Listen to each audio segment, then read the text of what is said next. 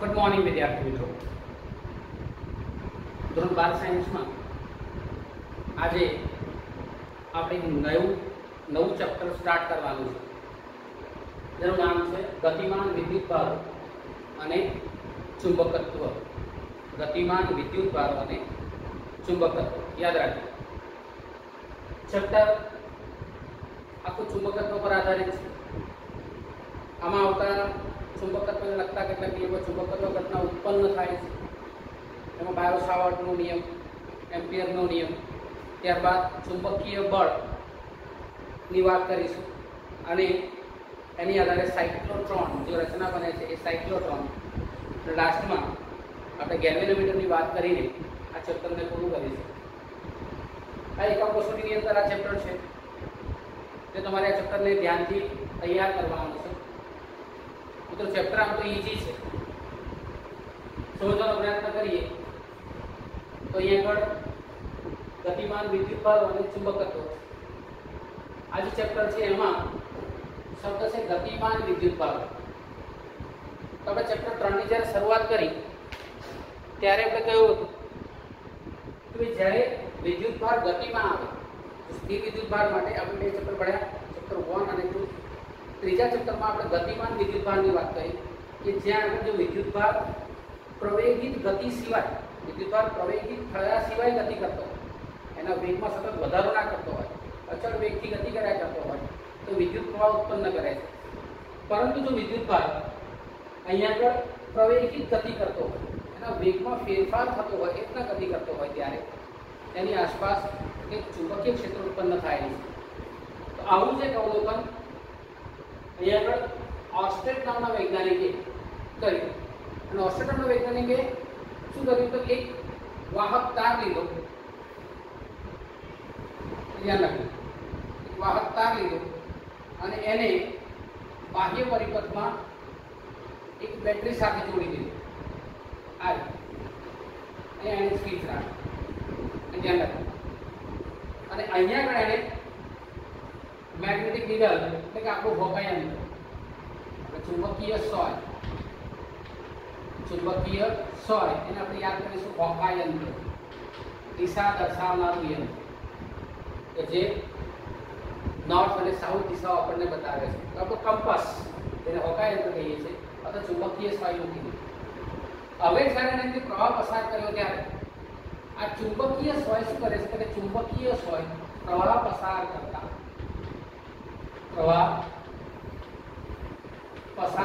શું થાય છે કે ચુંબકીય સોય કોણાવર્તન દર્શાવે છે.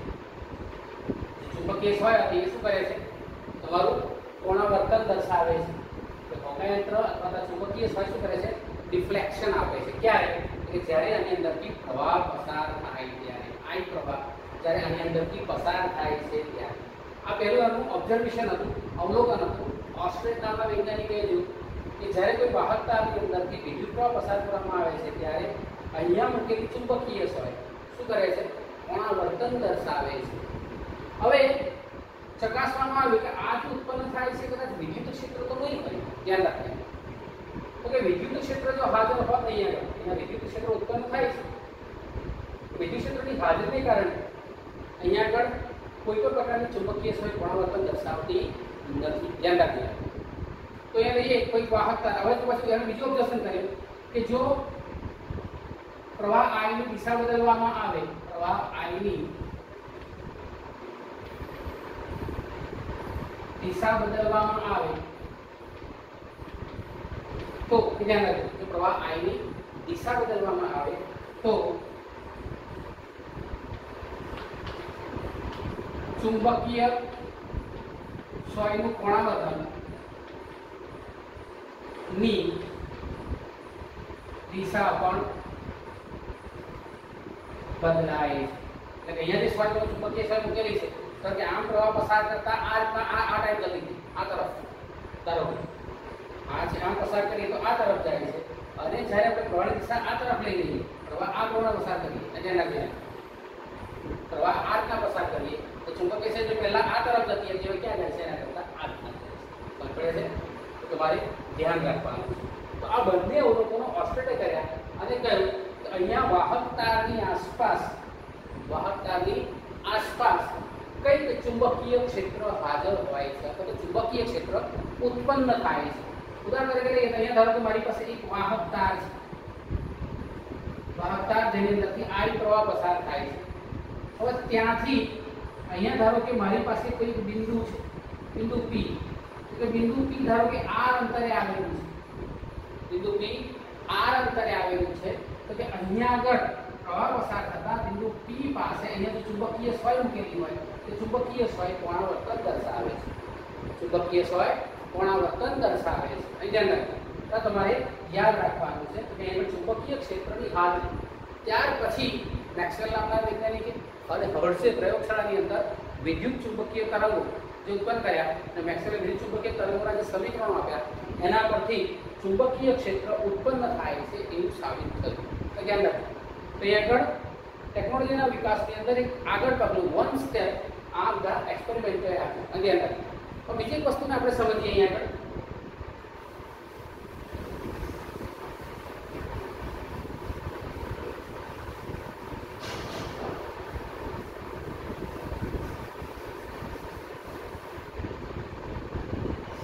ધારો કે અહીંયા મારી પાસે વાહક તાર છે જેની અંદરથી I પ્રવાહ પસાર થઈ રહ્યો છે। અહીંયા મેં એક સ્થિર વિદ્યુતભાર Q મૂકી દીધું। અહીંયા આ વિદ્યુતભાર Q સ્થિર મૂકેલો છે। કેવો મૂકેલો છે? સ્થિર મૂકેલો છે। તો કે આ જો વિદ્યુતભાર Q સ્થિર મૂકેલો છે એના પર કોઈ બળ લાગતું નથી, કોઈ બળ લાગતું નથી। ત્યારે Q વિદ્યુતભાર સ્થિર મૂકેલો હોય છે ત્યારે। પરંતુ જ્યારે અહીંયા આગળ આ જે પ્રવાહ ખંડ છે, વિદ્યુત પ્રવાહ અહીંથી પસાર થતો તાર છે, એની પાસે અહીંયા કોઈ વિદ્યુતભારને ગતિ કરાવો, અહીંયા ગતિમાન વિદ્યુતભાર, ગતિમાન વિદ્યુતભાર।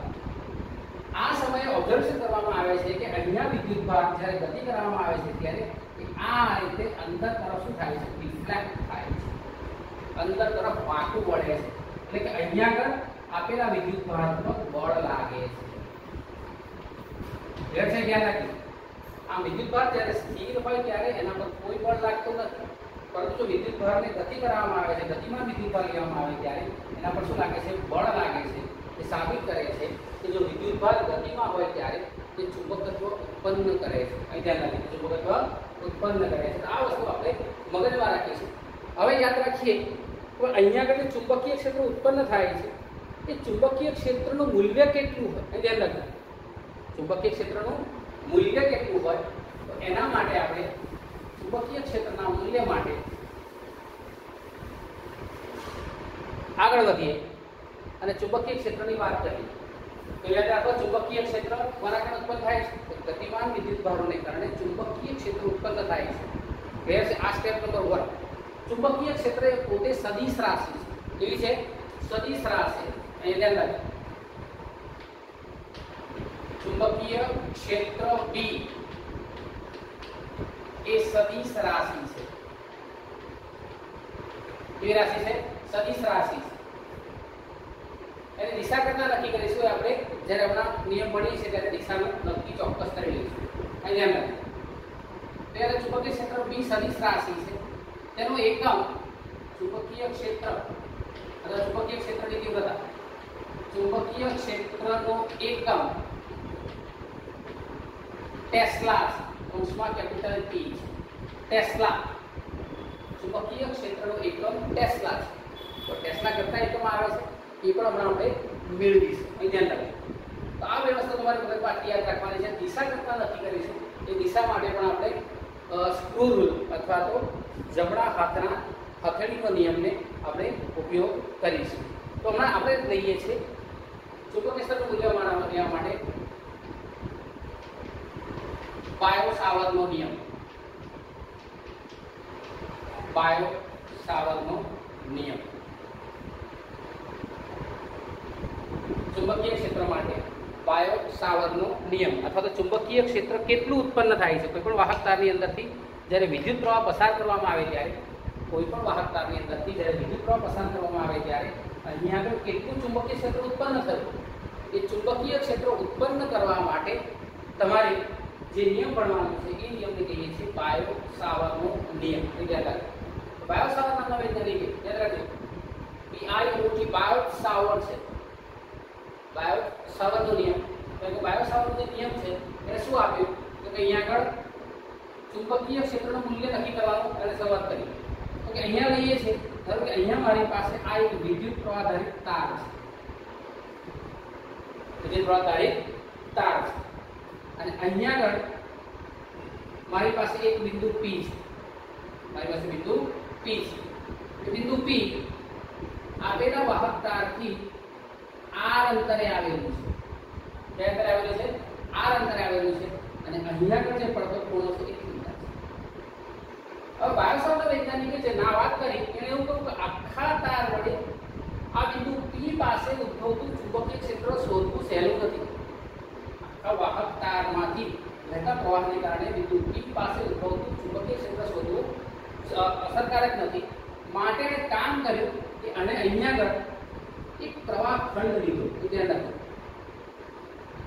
અહીંયા લઈએ છીએ આપણે પ્રવાહ ખંડ લઈએ છીએ. આજે લઈએ છીએ આ અને એ પ્રવાહ ખંડને નામ આપ્યું એને DL. આ છે સૂક્ષ્મ પ્રવાહ ખંડ. સૂક્ષ્મ પ્રવાહ ખંડ જેને આપણે નામ કીધું DL.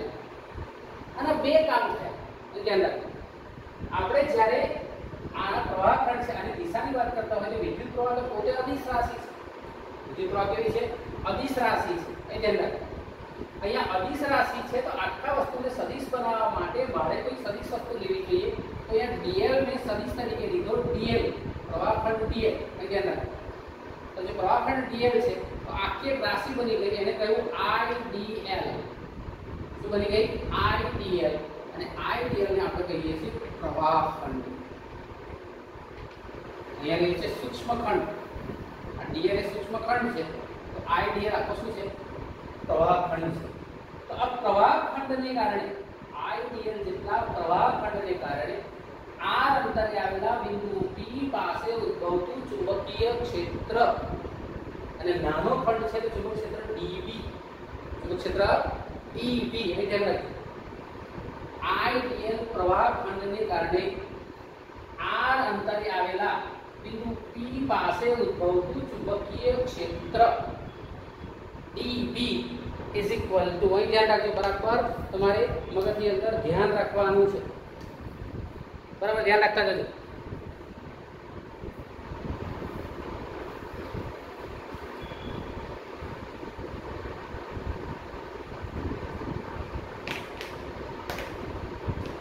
તો અહીંયા લઈએ છીએ IDL પ્રવાહ ખંડને કારણે. ધ્યાન રાખજો અહીંયા આ જે વાહક તાર છે આ વાહક તાર એ વાહકતાની વાત કરીએ છીએ કારણે ખંડની સાપેક્ષ આજે ખંડની સાપેક્ષ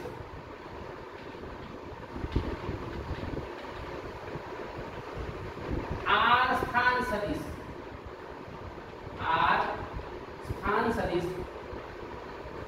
ધરાવતા. ધ્યાન રાખજો આ પ્રવાહ ખંડની સાપેક્ષે r સ્થાન સદિશ ધરાવતા બિંદુ P પાસે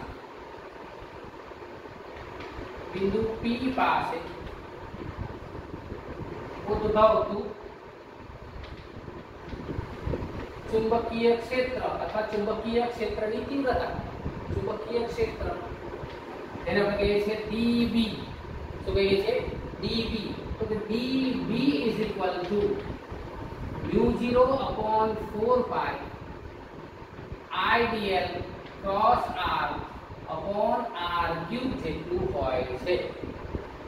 IDL પ્રવાહ ખંડને કારણે ખંડની સાપેક્ષે r સ્થાન સદિશ ધરાવતા બિંદુ P પાસે ઉદ્ભવતું ચુંબકીય ક્ષેત્ર dB is equal to μ0/4π IDL cross r upon r³ જેટલું હોય છે. અહીં ધ્યાન રાખજો IDL cross r upon r³ જેટલું હોય છે. તો આ જે સમીકરણ નિયમ છે આખો જે આપણે ભણ્યા આ સ્ટેટમેન્ટ એ સ્ટેટમેન્ટને કહેવાય છે બાયો સાવર્તનો નિયમ. આઈડિયલ પ્રવાહખંડને કારણે ખંડની સાપેક્ષે r સ્થાન સદિશ ધરાવતા બિંદુ P પાસે ઉદ્ભવતું ચુંબકીય ક્ષેત્ર dB is equal to mu0/4 pi ideal cross r/r³ જેટલું હોય છે.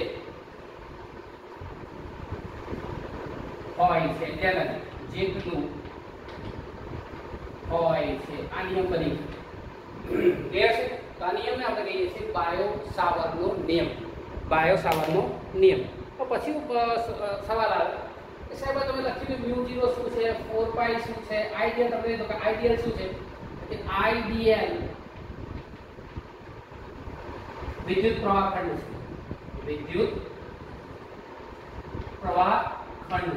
આઈડિયલ શું છે તમારી પાસે કે આઈડિયલ એ વિદ્યુત પ્રવાહ ખંડ છે. ધ્યાન રાખો. ત્યારબાદ r શું છે તો કે આગળ પ્રવાહ ખંડની સાપેક્ષે બિંદુ P નો સ્થાન સદિશ. પ્રવાહ ખંડની સાપેક્ષે બિંદુ P નો સ્થાન સદિશ. mu0 શું છે તો કે mu0 is equal to શૂન્ય અવકાશની પરમિએબિલિટી. તો ધ્યાન રાખજો. ચેપ્ટર 1 માં આપણે કુલમ્બનો નિયમ જ્યારે ભણ્યા ત્યારે આપણે લખ્યું હતું કે 1/4 પાઈ એપ્સિલોન 0 તેનું મૂલ્ય જે એપ્સિલોન 0 નું કહ્યું હતું શૂન્યાવકાશની પરમિટિવિટી. અહીંયા mu0 લઈએ છે શૂન્યાવકાશની પરમિએબિલિટી. और ये છે એનું મૂલ્ય છે 4 પાઈ into 10⁻⁷ ટેસ્લા મીટર પર એમ્પિયર. કેટલા મળ્યું? તો mu0 લઈએ તો આનો એકમ ટેસ્લા. તો સૂત્ર લખીએ છીએ કે dB નો એકમ ટેસ્લા આવશે T is equal to આપણે mu0 નો એકમ મેળવવાનો છે. 4 પાઈ નો કોઈ એકમ નથી. I નો એકમ આવશે એમ્પિયર. અહીંયા dl નું આવશે મીટર અને r નું મીટર એટલે મીટર સ્ક્વેર છેદમાં r³ એટલે મીટર ક્યુબ.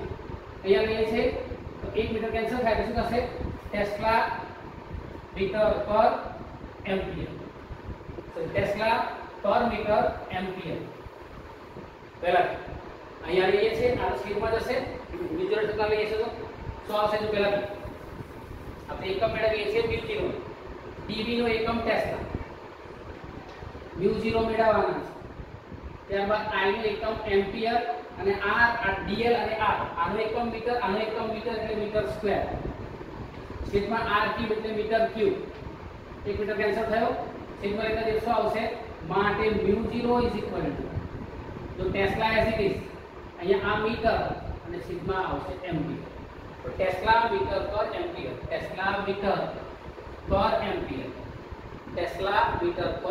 એમ્પિયર. એનો બીજો એક એકમ પણ છે એ એકમ આપણે પછી ચર્ચા કરીએ કે ધારો કે ન્યૂટન પર એમ્પિયર સ્ક્વેર.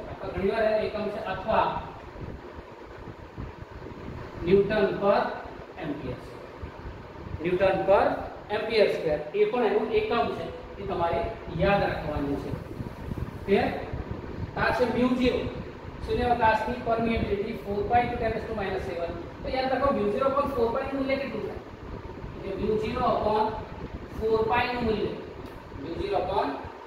મૂલ્ય થશે 10⁻⁷ ટેસ્લા મીટર પર એમ્પિયર.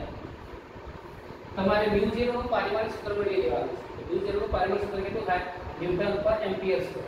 ન્યૂટન નું આવશે m1L1T-2 અને એમ્પિયર સ્ક્વેર નો A2 તો આવશે m1L1T-1 A-2. એ થશે તમારું પારિમાણિક સૂત્ર mu0 નું. ક્લિયર છે? લખી રાખીએ m1L1T- અને A-. આ તમારું પારિમાણિક સૂત્ર થશે mu0 નું. ક્લિયર છે? યાદ રાખીશું.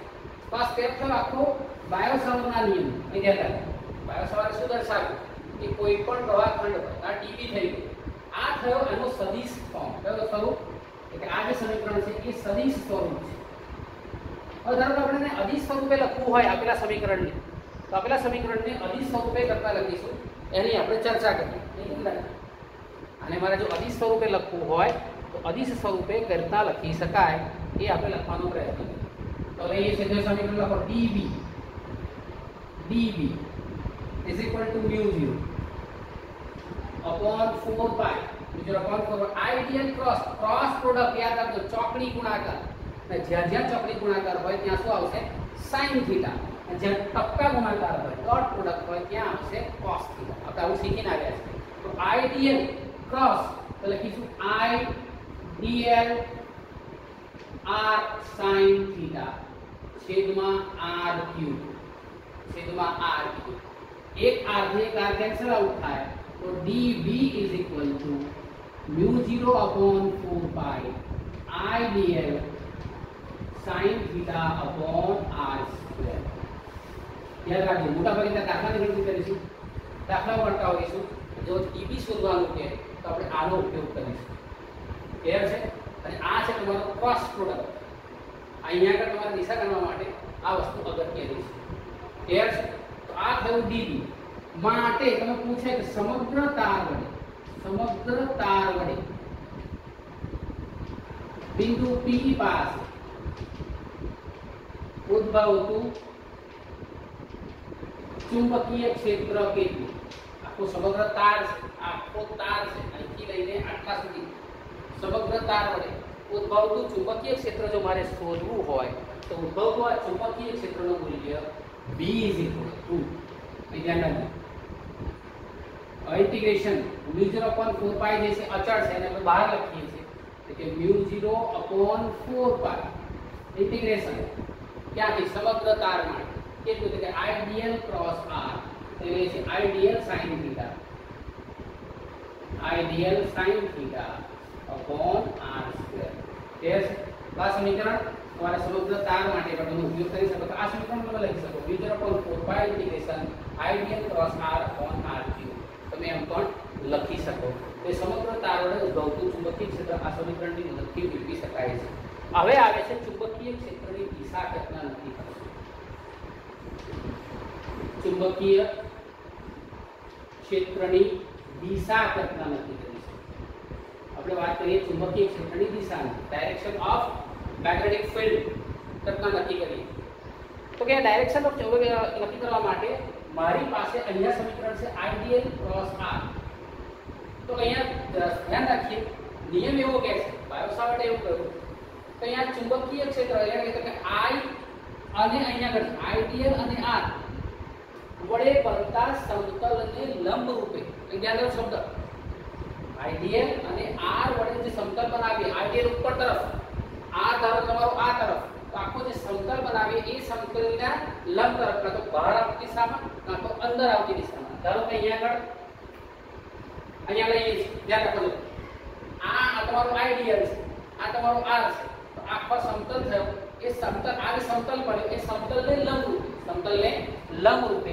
કાં તો એ આમ બહાર તરફ આવશે કાં તો એ આમ અંદર તરફ જશે પહેલા આ આઇડિયલ તમારો આઇડિયલ અને આ તમારો r તો આ જે સમતલ બને છે આ બંને વચ્ચે સમતલ બનાવ્યું એ સમતલને લંબ રૂપે ચુંબકીય ક્ષેત્રની દિશા હોય છે લંબ રૂપે ચુંબકીય ક્ષેત્રની દિશા હોય છે તો કે લંબ રૂપે દિશા ધ્યાન રાખીએ તો ખાસ યાદ રાખીશું તો અહીંયા આગળ ચુંબકીય ક્ષેત્રની દિશા ક્યાં હોય તો કે જમણા હાથના આઇડિયલ અને r વડે બનતા સ્ટેપ 1 આઇડિયલ અને r વડે બનતા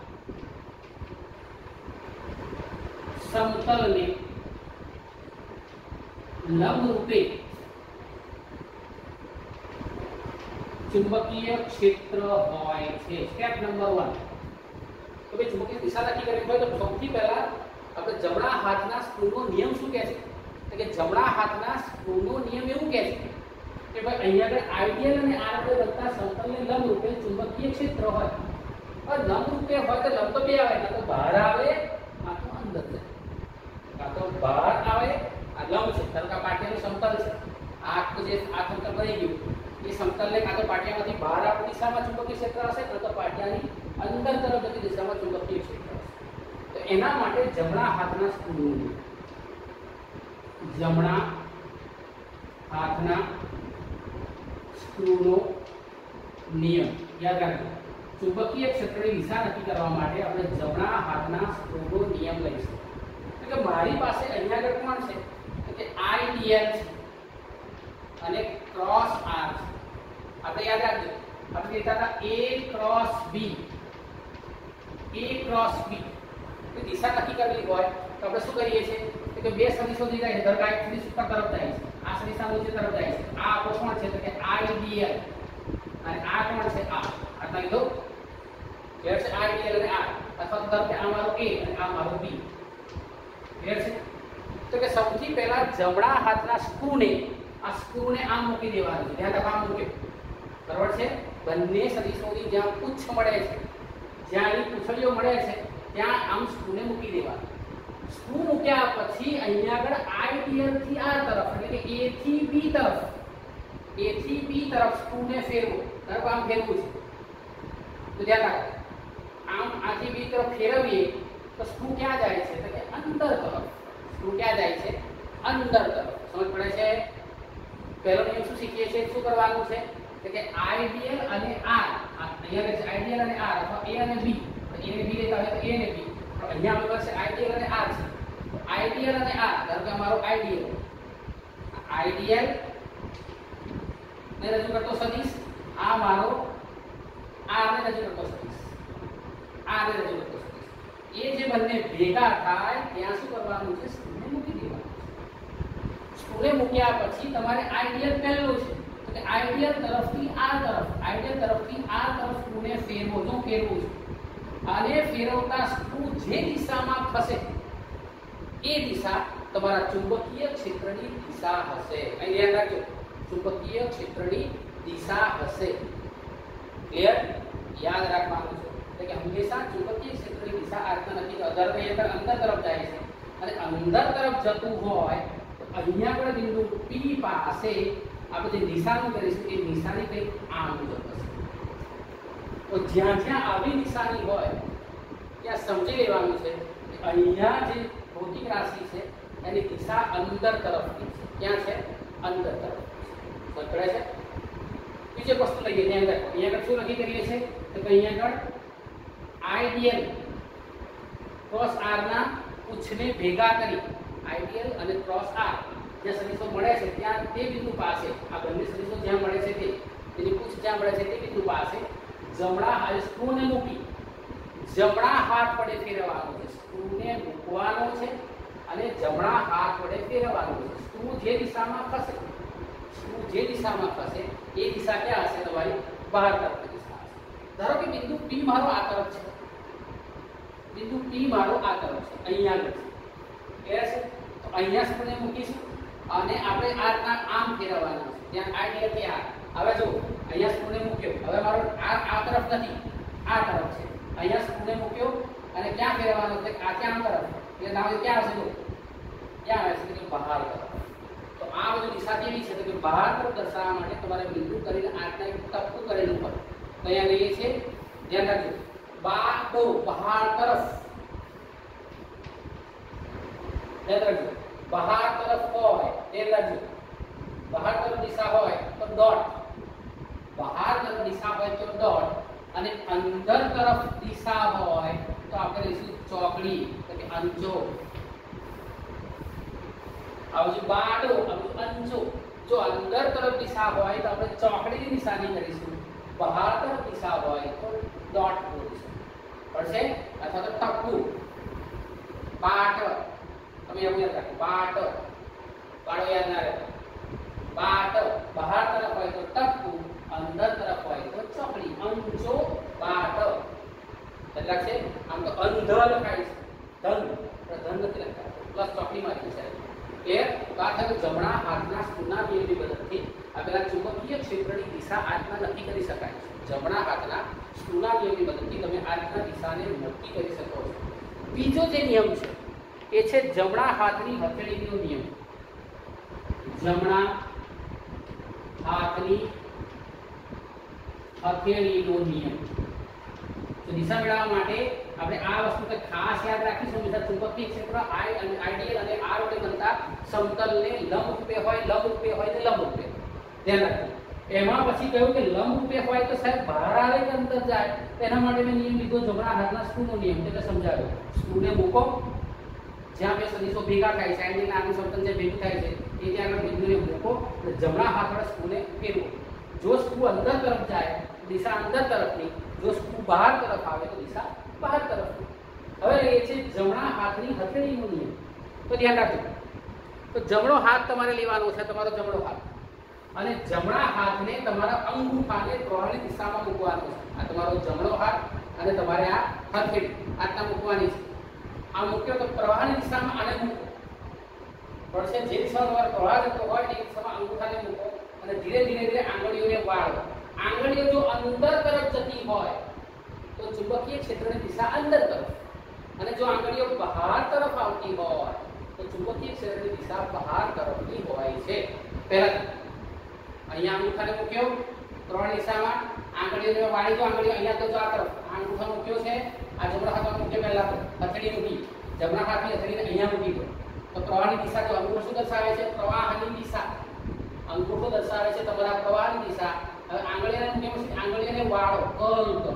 કર્લ કરતા આંગળીઓ ક્યાં જાય છે? કે આંગળીઓ અંદર તરફ પડે છે. આંગળીઓ અંદર તરફ પડે છે. જો આંગળીઓ અંદર તરફ પડતી હોવાથી ચુંબકીય ક્ષેત્રની દિશા ક્યાં આવે છે? તો કે અહીંયા બિંદુ P પાસે અંદર તરફ. ધારો કે બિંદુ P મારું આ તરફ નથી, આ તરફ છે.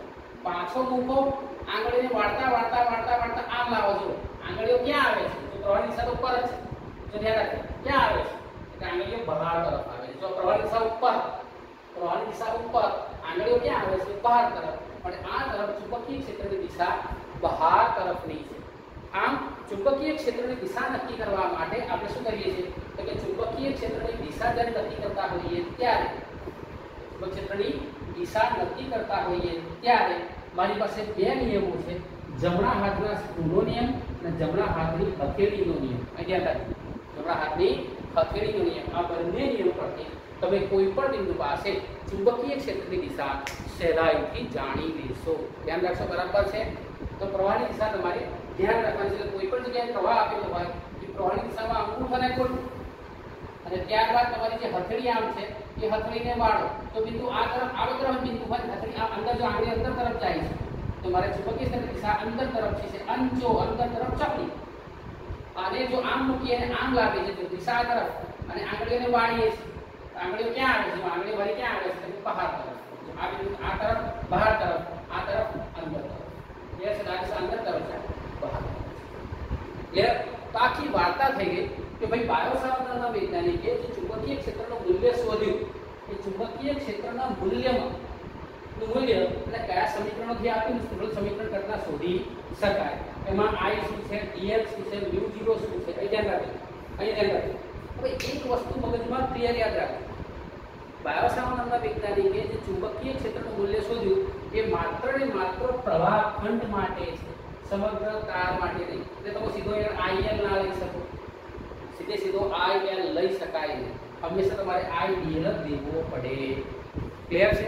તો આખી વાત હતી તમારી પાસે ચુંબકીય ક્ષેત્રની. હવે ધારો કે અહીંયા આગળ જે છે એ ચુંબકીય ક્ષેત્રનું મૂલ્ય આધારિત કોના ઉપર છે?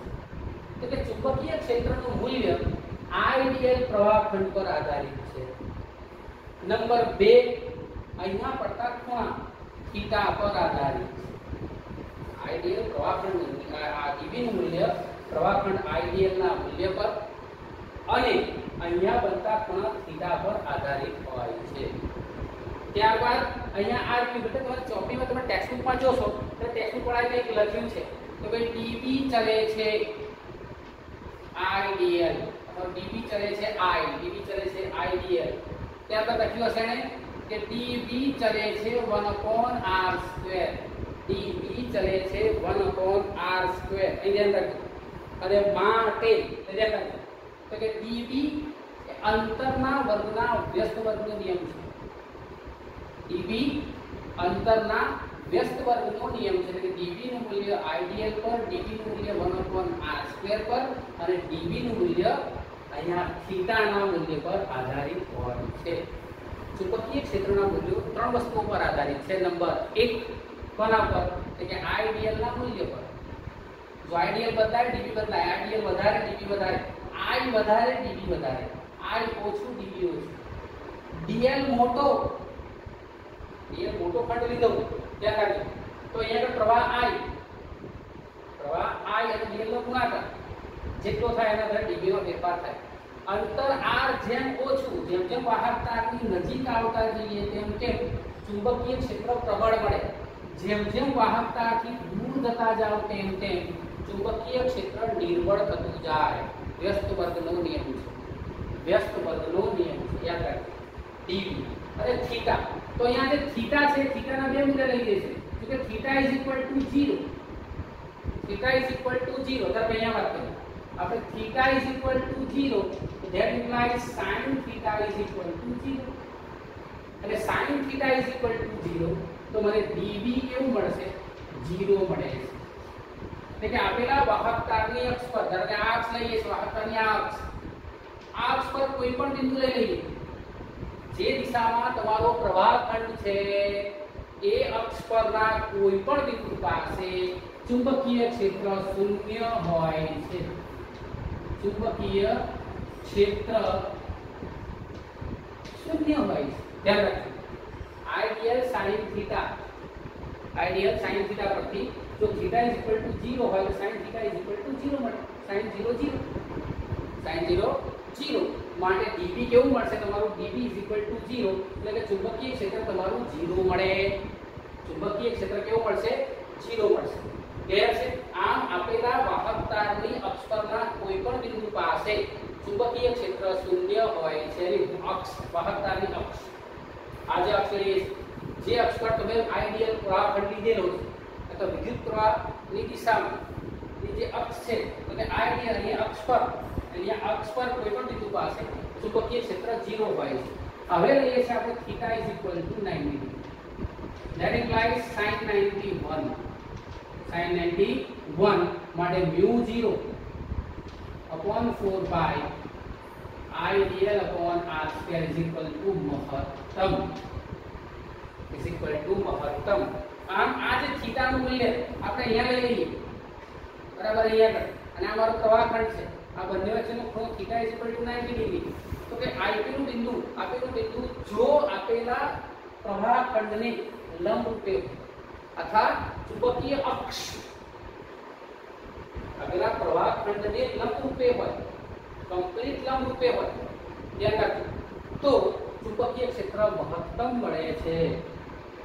અક્ષ પર 0 અને આપેલી અક્ષને લંબ રૂપે, એટલે પ્રવાહખંડ આઈડિયલ ને લંબ રૂપે જો તમારો થીટા મળેલો હોય અથવા તો લંબ રૂપે બિંદુ P આવેલો હોય, બરાબર આ રીતના લંબ, બરાબર અહીંયા થીટા 90 ડિગ્રી, અહીંયા બિંદુ P આવેલો હોય, તો આ P કેવો હશે? મહત્તમ હશે. કેવો હશે? મહત્તમ. તો ધીરે ધીરે જો ઘટતું જાય આમ સીધું થઈ જાય, 0 થઈ જાય. ફરી પાછું જુઓ, અહીંયાથી વધતું જાય એ મહત્તમ થઈ જાય. ક્લિયર છે? આમ ધ્યાન રાખજો. આ ઘટે છે 0 થઈ ગયું, પછી વધે મહત્તમ થઈ ગયું. ક્લિયર છે? આ જો મહત્તમ ઘટવા લાગે 0, ફરી પાછું વધવા લાગે મહત્તમ, ફરી પાછું ઘટીને 0. આમ એન્ટી ક્લોકવાઇઝ. અને હવે તમે ઉલટું પણ વિચારી શકો. આમ જાઓ, ધીરે ધીરે આ ઘટે છે, પછી ધીરે ધીરે વધે છે મહત્તમ. જેમ જાઓ તો આમ વાહકતા પર જેમ આવીએ છીએ તેમ ચુંબકીય ક્ષેત્રનું મૂલ્ય ધ્યાન રાખજો. અહીંયા ધ્યાન રાખજો, આમ નજીક આવે તેમ વધે, પણ આટલા ખૂણો આટો રાખીને જો આમ આવીશું, જેમ આટલા નજીક ખૂણો ઘટાડતા જઈશું, આમ થીટા ઘટતો જાય. 90 ડિગ્રી છે, પછી ધીરે ધીરે 0 જેમ 0 તરફ જઈએ તેમ ચુંબકીય ક્ષેત્રના મૂલ્યમાં ઘટાડો થાય છે. તો આખી વાત પૂરી થઈ ગઈ તમારી. ચુંબકીય ક્ષેત્ર માટે બાયો સાવરનો નિયમ ઘટના દર્શાવી શકાય અને એ ઘટના સમજી શકાય. આપણે નેક્સ્ટ પીરિયડમાં સમજૂતી મેળવવાની છે તો ભાઈ આગળ ચુંબકીય ક્ષેત્ર અને વિદ્યુત ક્ષેત્રમાં કઈ સમાનતાઓ છે અને કઈ વિષમતાઓ છે, અથવા તો કુલમ્બનો નિયમ અને બાયો સાવરના નિયમની અંદર જે વિશેષતાઓ, તફાવત અને સામ્યતાઓ કઈ છે એ આપણે સમજવાની છે. તો આઈ હોપ તમે એ ટોપિકને બરાબર વાંચી લેશો. આપણે ફટાફટ 5 મિનિટમાં ટોપિકને પૂરો કરીશું અને બાયો સાવરના નિયમની એપ્લિકેશન, એની ઉપયોગિતાઓ આપણે જોવાની છે. બરાબર વાંચતા રહો, તૈયાર કરતા રહો અને સમજ ન પડે તો પૂછતા રહો. ચેપ્ટર 4 અગત્યનું છે, સહેલું છે, સમજ પડે એવું છે. વિડીયો સારું લાગે લાઈક કરો. Physics by on easy way by Nazim sir એ ચેનલ છે, એ ચેનલને સબસ્ક્રાઇબ કરો અને અહીંયા આગળ તમને જ્યાં જ્યાં સમજ ના પડે ત્યાં તેનું કમેન્ટ કરો. તમારું નામ કમેન્ટ કરી લખીને મોકલાવો. Thank you.